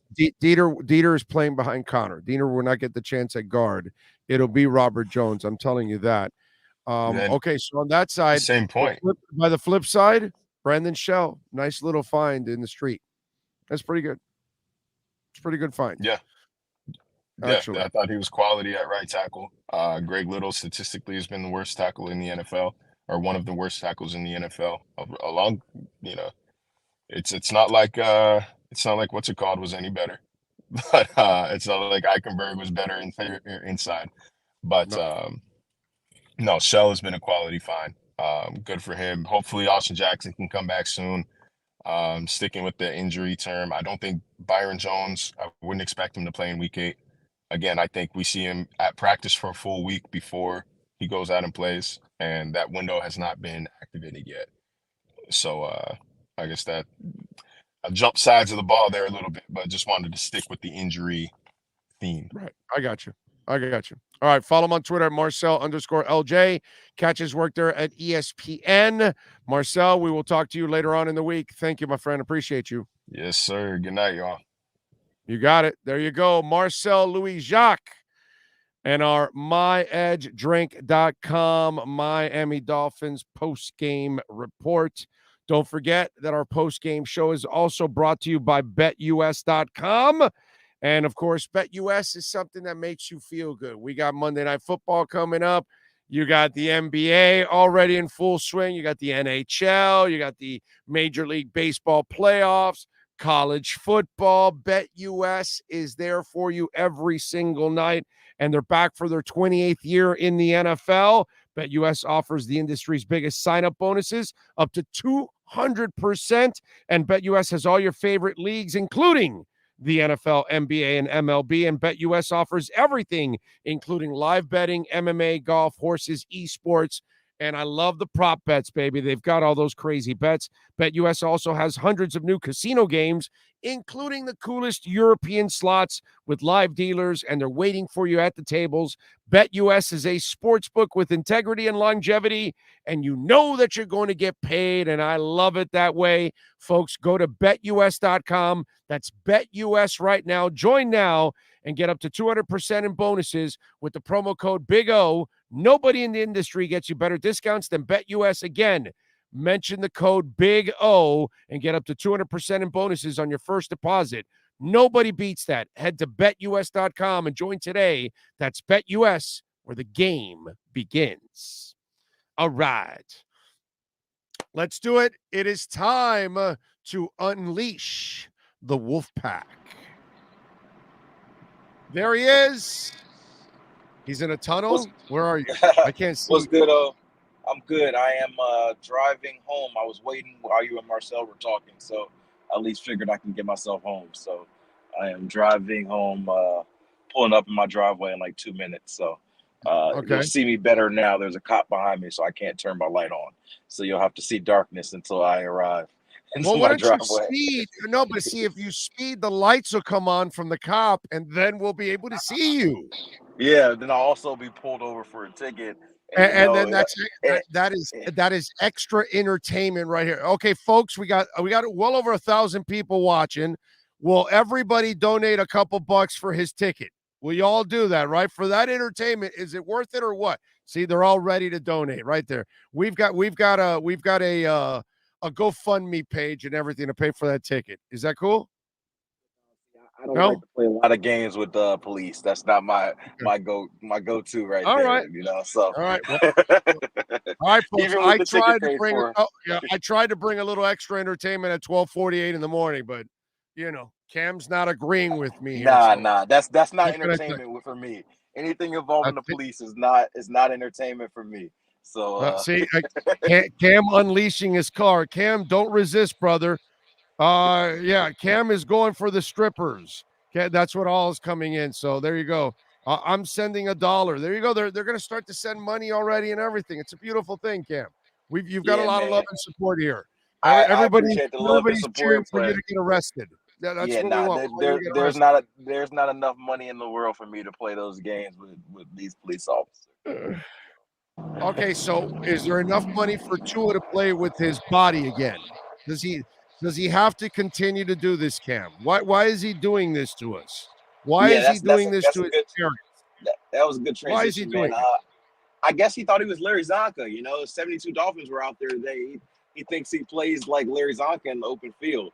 And I don't know, man. Like, I get some element of it. You're a football player, but you got to realize, the situation. You just were out for 3.5 weeks because of a hit that you took because you held on to the ball too long. And now you're trying to run dudes over. I think guys in the locker room appreciate his toughness, but Tyreek Hill said it better than I can say it. He was like, the first thing he thought was get down. And so, if your teammates are thinking that, then you've got to be thinking that. And the reality is, it's not even like your own toughness or thinking that you want to get hit. It's your importance to your team. This team is going nowhere without Tua. We've seen that over the last 3 games. If he's not out there, this team might as well pack it up and go for 2023. Just from what we've seen, they need him. And so I think that Tua has to have better awareness of those situations. And so I don't think it's like a ability thing for him sliding. Like, I think he knows how to slide. I think it's a mindset thing, and maybe it's a toughness thing. Maybe it's I want to get this first down thing. But getting the first down in a third quarter of a Week 7 game against the Steelers is not worth the potential risk there. So Can I I'm give you a sure. stat? Let me give Go you a ahead. stat. Here's a stat. And maybe one day we can tell Tua this stat. Tell him that Dan Marino played for 17 years and never did that one time. Not one time Right. did he ever put a shoulder into anybody. Do you know why? Dan said, I got other dudes to do that. I don't do that shit. I throw the ball, you guys catch. You run, you block, I pass, and I don't get hit by anybody. That's my job. He understood that, and so did the rest of us. And he holds Dan in such high regard. Just remind him that that's not part of your job, dude. God. No, I absolutely agree. Like, I think there's a certain element, and maybe it's because Tua's been hurt, that he feels like he has to prove it to us with his toughness. I've never doubted the kid's toughness. So I hope that's not his mindset, that he feel like he has to prove something to us, or prove something to his teammates. Oh, you're going in and out there on the mic. What was that? Yeah, kind of. It's muffled now. There we go. Say something. Can you hear me now better? Yeah, it sounds muffled. I don't know what the hell happened now. How about now? No. No? No, it sounds like somebody snuck up behind you, stuck a rag over your mouth, and they're about to kidnap you. No, that's okay. Now it cleared. Now it cleared up. I don't know. Maybe the cops are kidnapping you. I have no idea. No. Let's stop with the cops. I don't know. You're in the darkness here. We're worried about your safety now. I'm at home. There are no cops here in my home. Okay. I don't know. There are fake cops out there. No. But I think that, like I said, I think that for him, whether it's a idea that you have to be able to show your toughness or not, that's not a, we're not worried about that in that sense. And so I hope that someone talks to him, whether it's. No, this is not working. It's not work. We can't hear you, bro. You're muffled. You're muffled. You're muffled. You're muffled. You sound like when Debbie's busy in Dallas. You're muffled. I'm still muffled. Yeah. You're as muffled as Debbie in Dallas.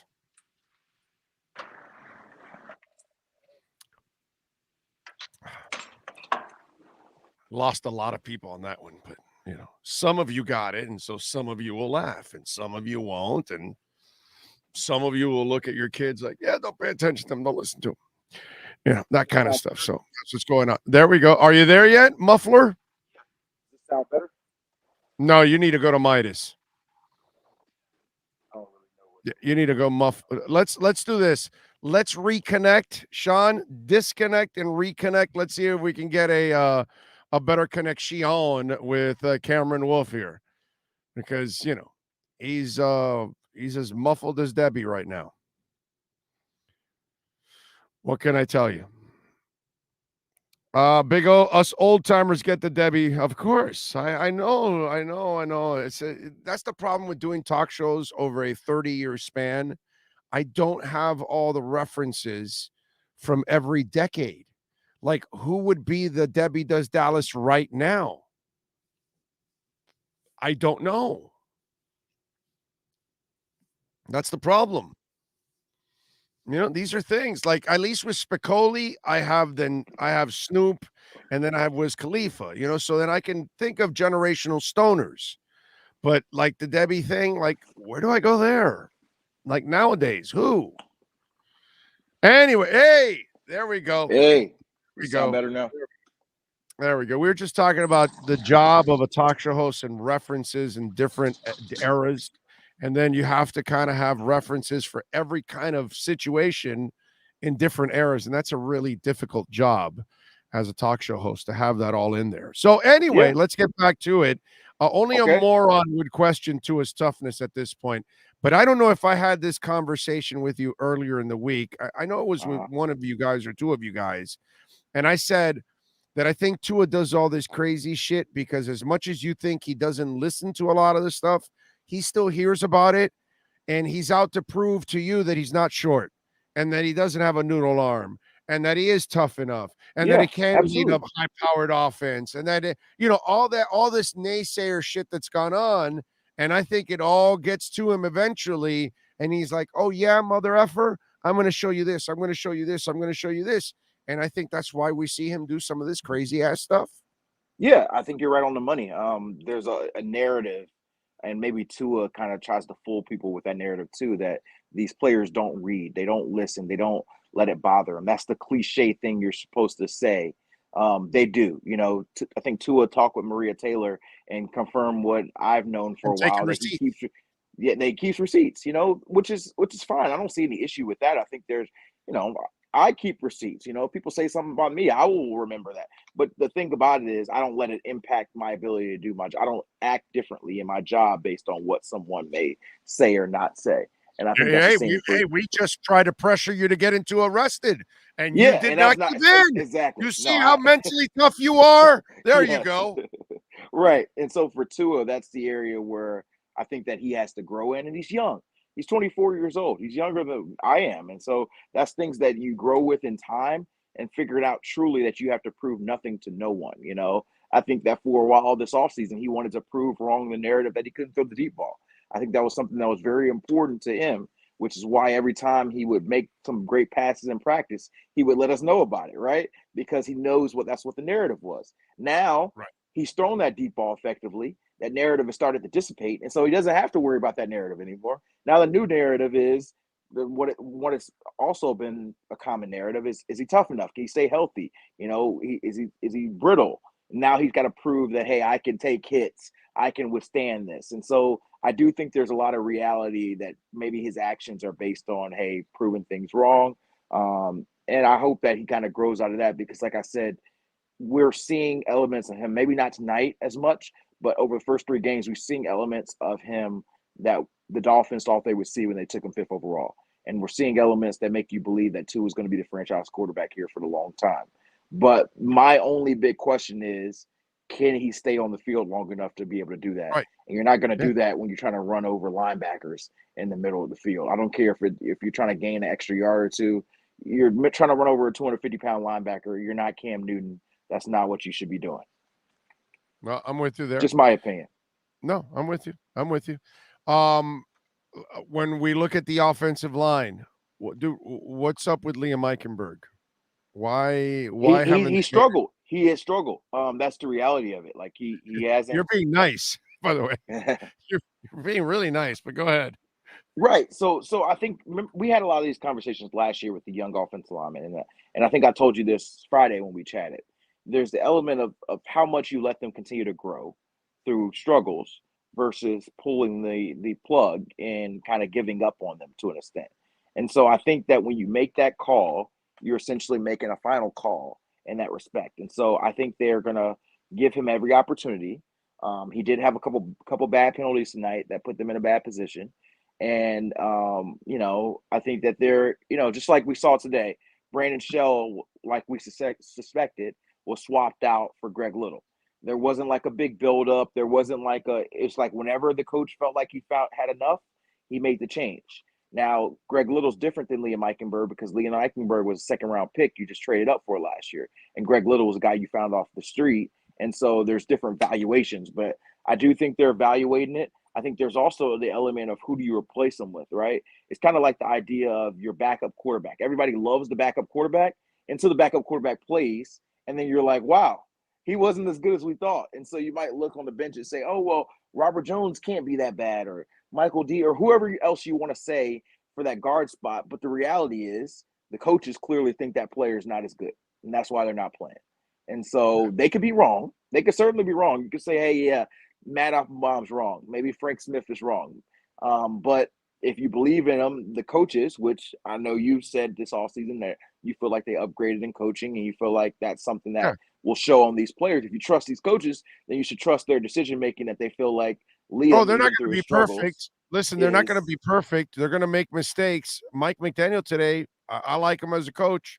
I don't think he was very good today. Let's be quite honest. Yeah. The clock management, the timeouts, some of the play calls. There are a couple things today that you could say. Mike McDaniel didn't have 24 days off. I know why Tua was rusty. Mike McDaniel, you made a couple. You didn't have a good day today. Yeah. He made the fourth down decision going forward instead of kicking a field goal. Made the game a lot spicier than it needed to be. Absolutely. I think that Mike McDaniel, with his aggressiveness, it's a situation where like he made some of these calls early in the season and they worked, and everybody's like, oh man, what did Tyreek say? Big cojones, all these different things, and then it doesn't work. It's like, what is this dude doing? So I think it's kind of a give and take. But I do think there are some elements, and I have to go back and watch the film. I was really curious on why they were able to move the ball down the field with ease over the first 2-3 drives of the game. And then all of a sudden it was a complete halt. Like the Steelers, maybe they toughened up a little bit, but they still were playing a lot of that soft zone that Tua was, dicing the defense with. Tua wasn't sharp today, bro. Yeah, it wasn't his best game. By the way, go back and look at the drives where they did score early on. Right. There were still some of the passes that were a little behind. They weren't necessarily leading, and they weren't necessarily on target. Receivers had to adjust and still make plays overall. He was absolutely rusty today. This was not Tua's best game. They got bailed out by the defense. This is a game where if they lose this game, if Noah and Javon don't get those interceptions late in the game, we're having a different conversation.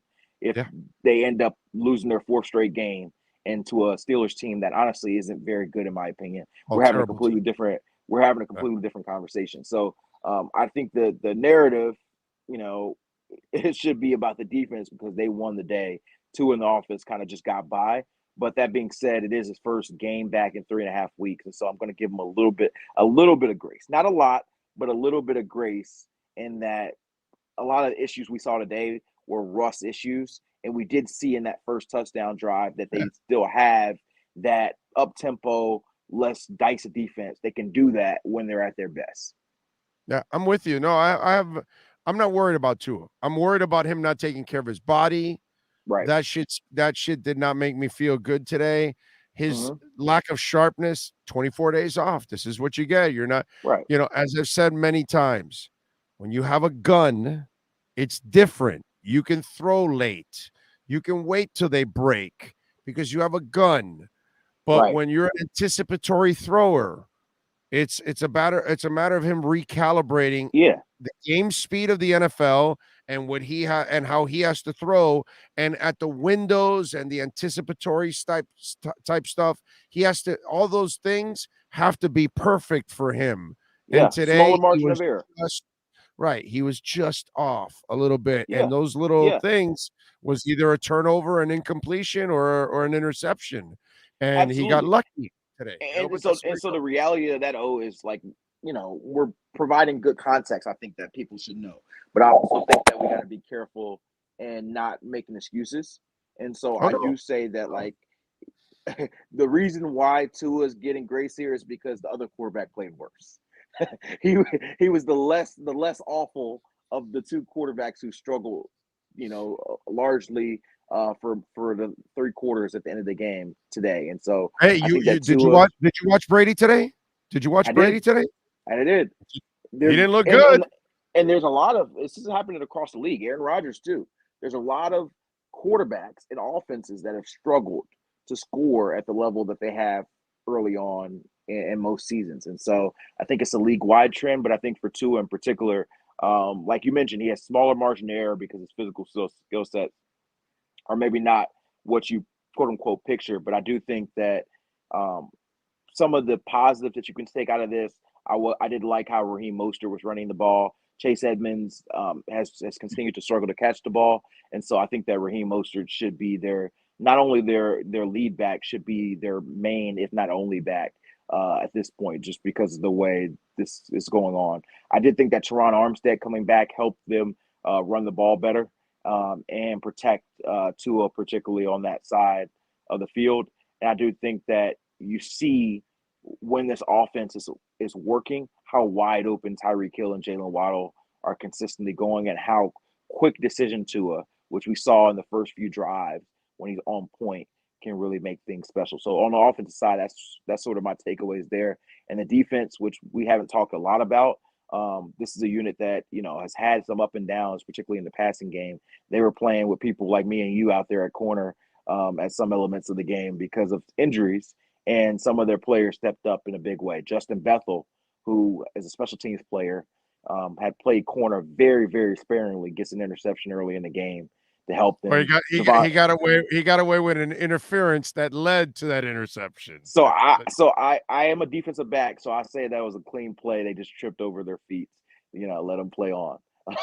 That's my view of it. But I am a former defensive back, so I am very reluctant to call PI.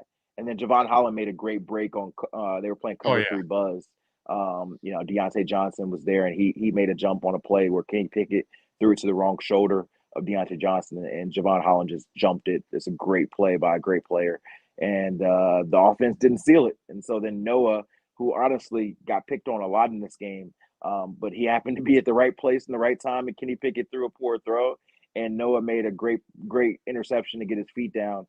And I'm happy for him. I still think ideally you don't want to play Noah as much as you played him tonight because he can be exposed like he is. You're going to have to figure out something to do at cornerback because I think I'm getting less and less, certain that you were going to see Byron Jones in the near future. And so I think you're not playing against a rookie every week, bro. Let's be honest. That helped out today. You were going up against a rookie.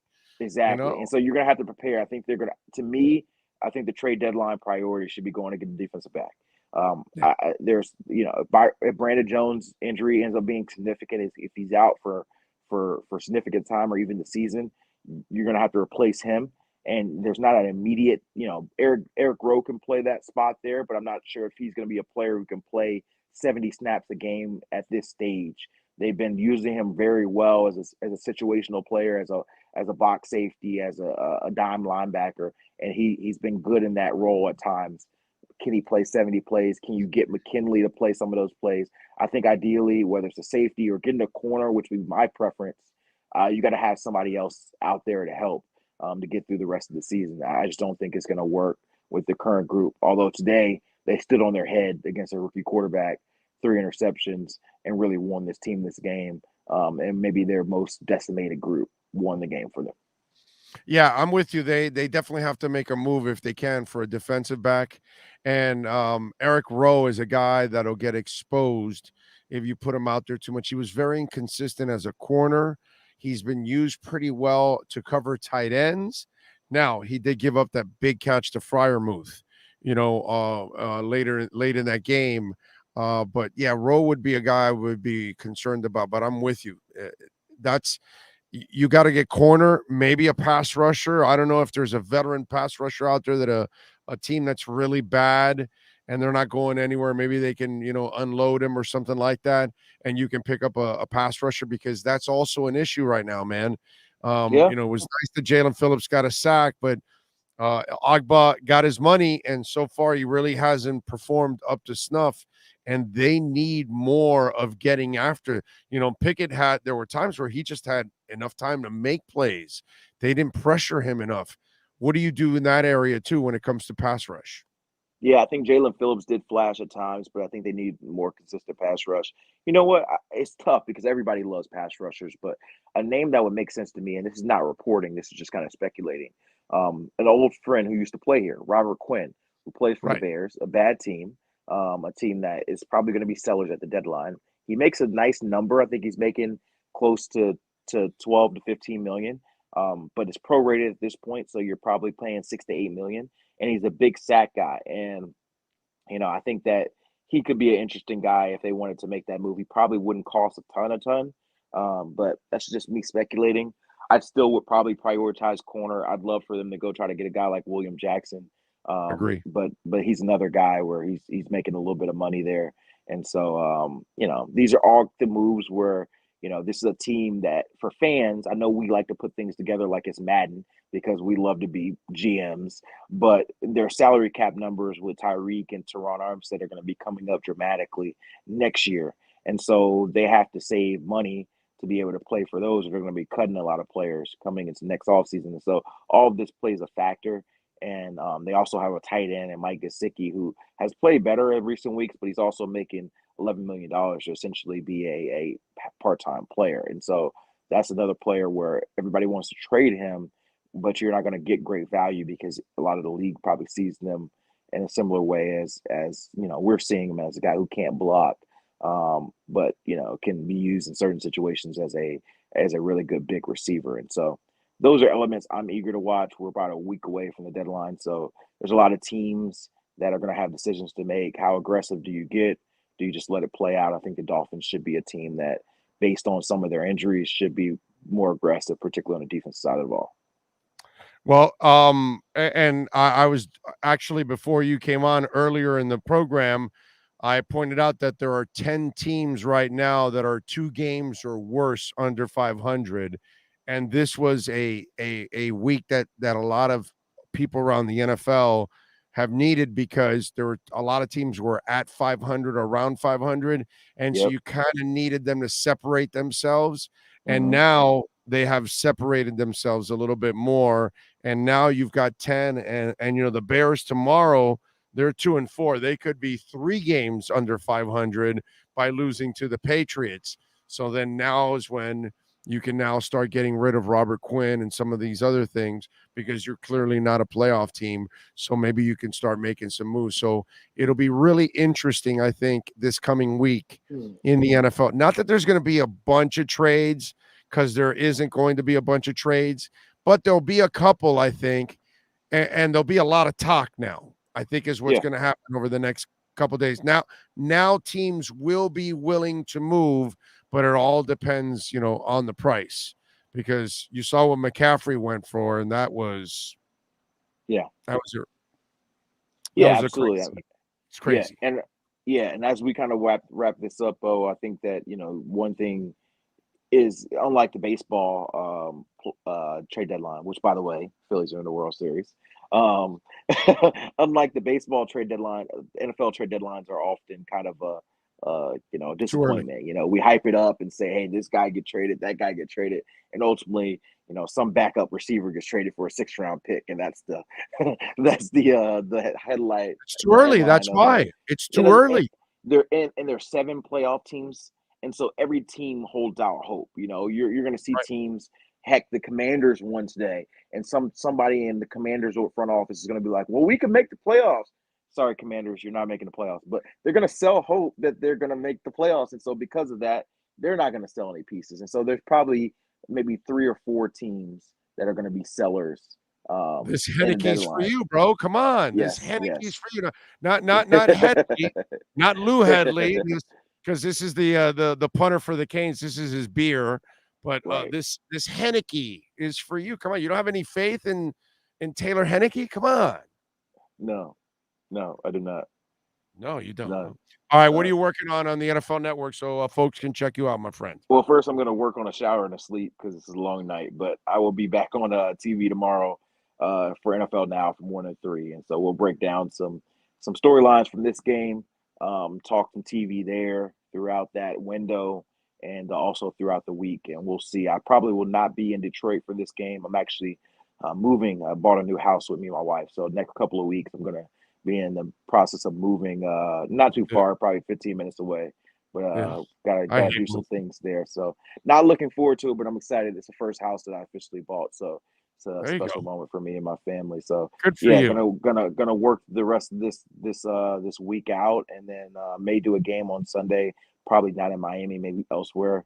And then probably the first week of November, just kind of focus on moving and then get back into the swing of things. So good news for the Dolphins is they have the Lions and the Bears, two teams we just talked about that should be sellers coming up. And so ideally, if they handle business, they get 2 more wins on the docket. And when I get back to covering them, they're what is it, 6-3 team instead of a 4-3 team. So we'll see.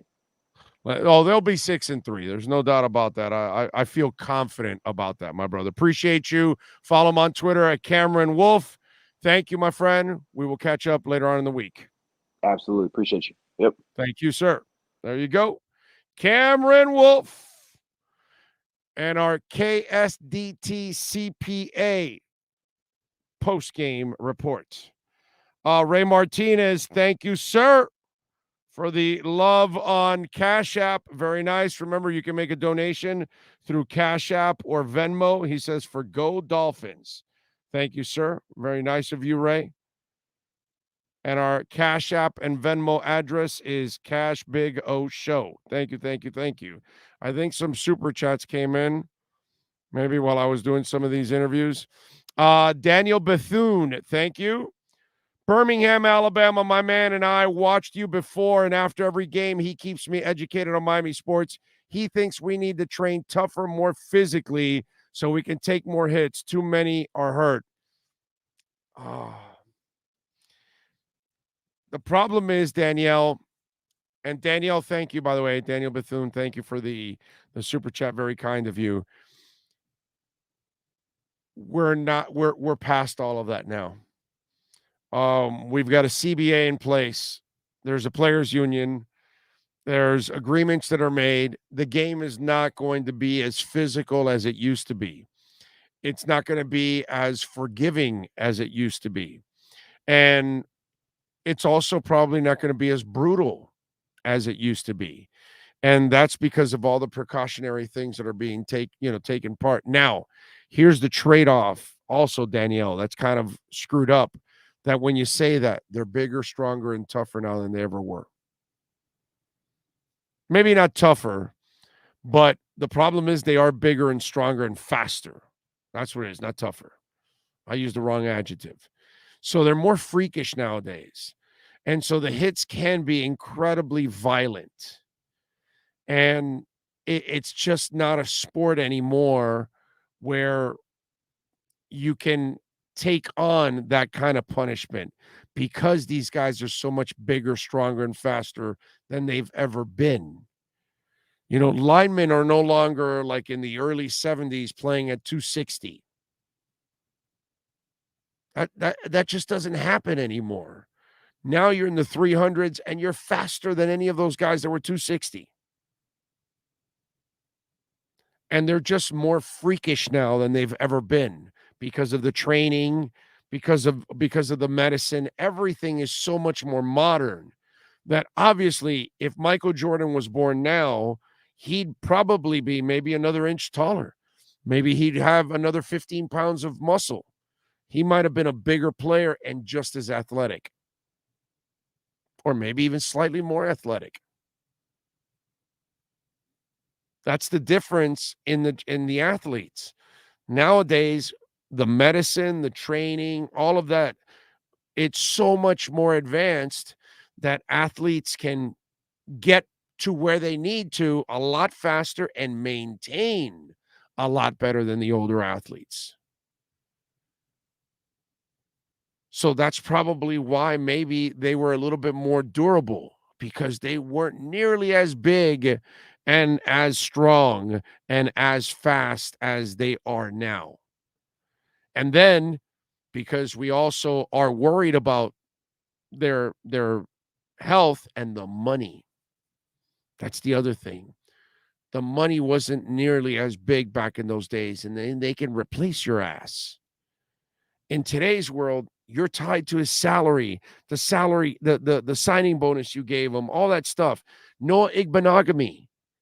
The only reason Noah Igbenogany wasn't cut this year is because they had to take a $6 million cap hit in order to cut him. Next year, no more cap hit.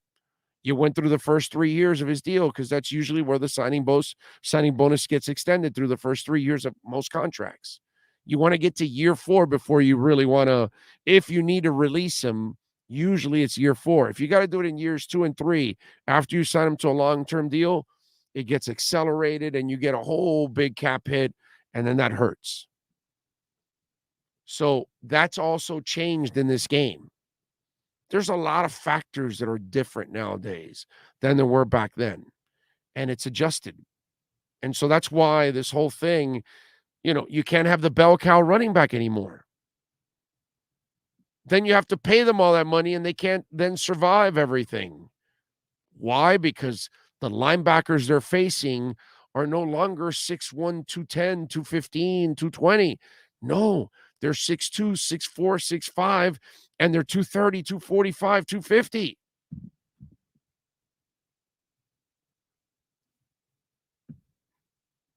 It's a different game now.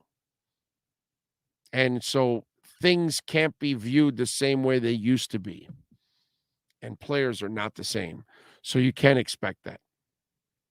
Any other super chats that I missed there, Sean, during any of these conversations? Bigger and stronger, and they run like gazelles, and the technology and medical technology have caught up, sadly. I feel bad for these players. Yeah, it's bad, man. I believe Tua is Joe Montana. Yes, I do, Sean Cooper. But Joe Montana did not take on tacklers. That's the beauty of somebody's got to sit down with Tua and show him how Joe Montana never took on tacklers. How Dan Marino said, no, I'm not doing that. No. And we were fine with that. I'm good. I'm glad Marino never took on tacklers. Marino would have never lasted as long. So, yeah. That's the part of Tua that he's got to figure out. Lots of quarterbacks, Peyton Manning wasn't running into people, bro. Dan Fouts is not running into people. Doug Williams will do it. I saw Doug Williams put 2 guys on his ass in the end zone. They were on the goal line. And I saw Doug Williams put his shoulder into 2 dudes when he was with the Bucs and put them on their ass and score a touchdown. But that's Doug Williams. Big, strong dude. I mean, he was built like a wall. His crazy ass wants to do it, go ahead. Jim McMahon wants to do it, go ahead and do it. Look how Jim McMahon is right now. He can't remember where he put his keys, can't remember where his house is. That's not the way to live. Joe Montana's hanging around in his Skechers doing great. I don't know where Tua gets this thing that he has to go out there and put his body on the line and run into people. Drew Brees never ran over anybody and never intended to do it. He was fine throwing the ball, and that's it.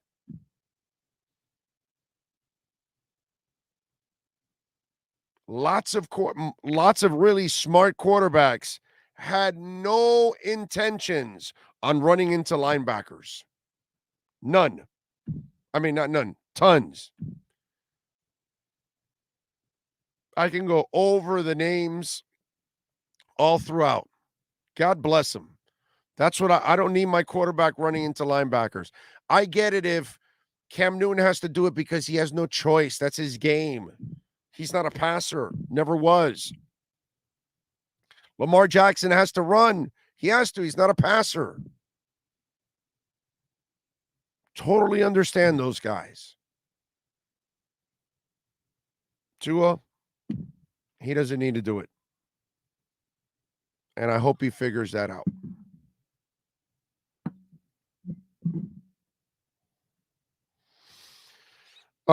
Let's see. What else do we have here? Florida. It's really your fault, Big O. If you would have went to Miami Gardens and not Davey, we wouldn't be having this conversation. There you go. That is so true. I'd reach him. His dad can't reach him, but I can reach him. His wife can't reach him, but I can reach him. Saban can't reach him, but I can reach him. Matthew Lean says, a little ugly, but great win. God bless. See you in Arizona. Damn right. We'll be there. Tua, Arizona, Super Bowl. Be there.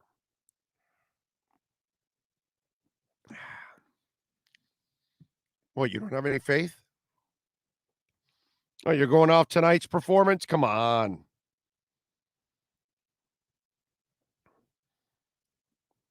All right, what else do we have here going on? Damn, my phone has exploded. By the way, I didn't even check the Welt and Rayom text line, 855-912-1056. See what we got in the Welt and Rayom text line, 855-912-1056. We probably got a lot of complaints. What do you think? Complaints on the text line? I mean, you guys have been pretty good, I think. I haven't been able to read because there's been a lot of texts. But most of them that I've read, it's been all right.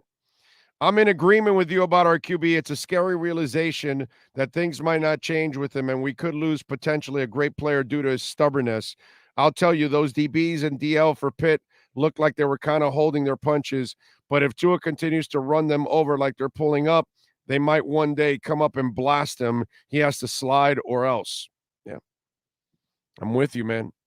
I just hope I want him to learn, but it doesn't look like he wants to learn himself. Gaskins or Ahmed should be playing ahead of Chase Edmonds now. I don't even think is Ahmed even on this team? I don't think Ahmed is on this team. Hell, I don't even think he's on the practice squad. Let me see. Let me pull up the roster here. Oh, no, he is. I don't even remember Salvon Ahmed on the team, and he is still on the team. Wow. Okay. But at this point, you are right, sir. Even Salvon Ahmed is, you know what? They should bring back, they put P. Ryan on the practice squad. They should put P. Ryan ahead of him. Chase Edmonds is a good player. I don't know what happened to him. Poor guy. I don't know what the hell went on with Chase Edmonds. Good player. I don't get it. The Bear in the Cave says, got up at 4 a.m. to catch the game over in UK before to work. Tense finish, but so happy we got the result. Tua had the heart racing with those shoulder drives. Yeah, I know. Got the win.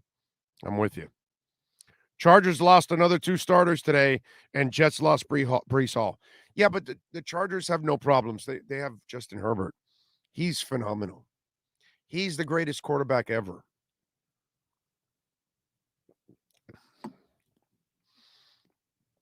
Someone needs to show clips of Jim McMahon at Tua.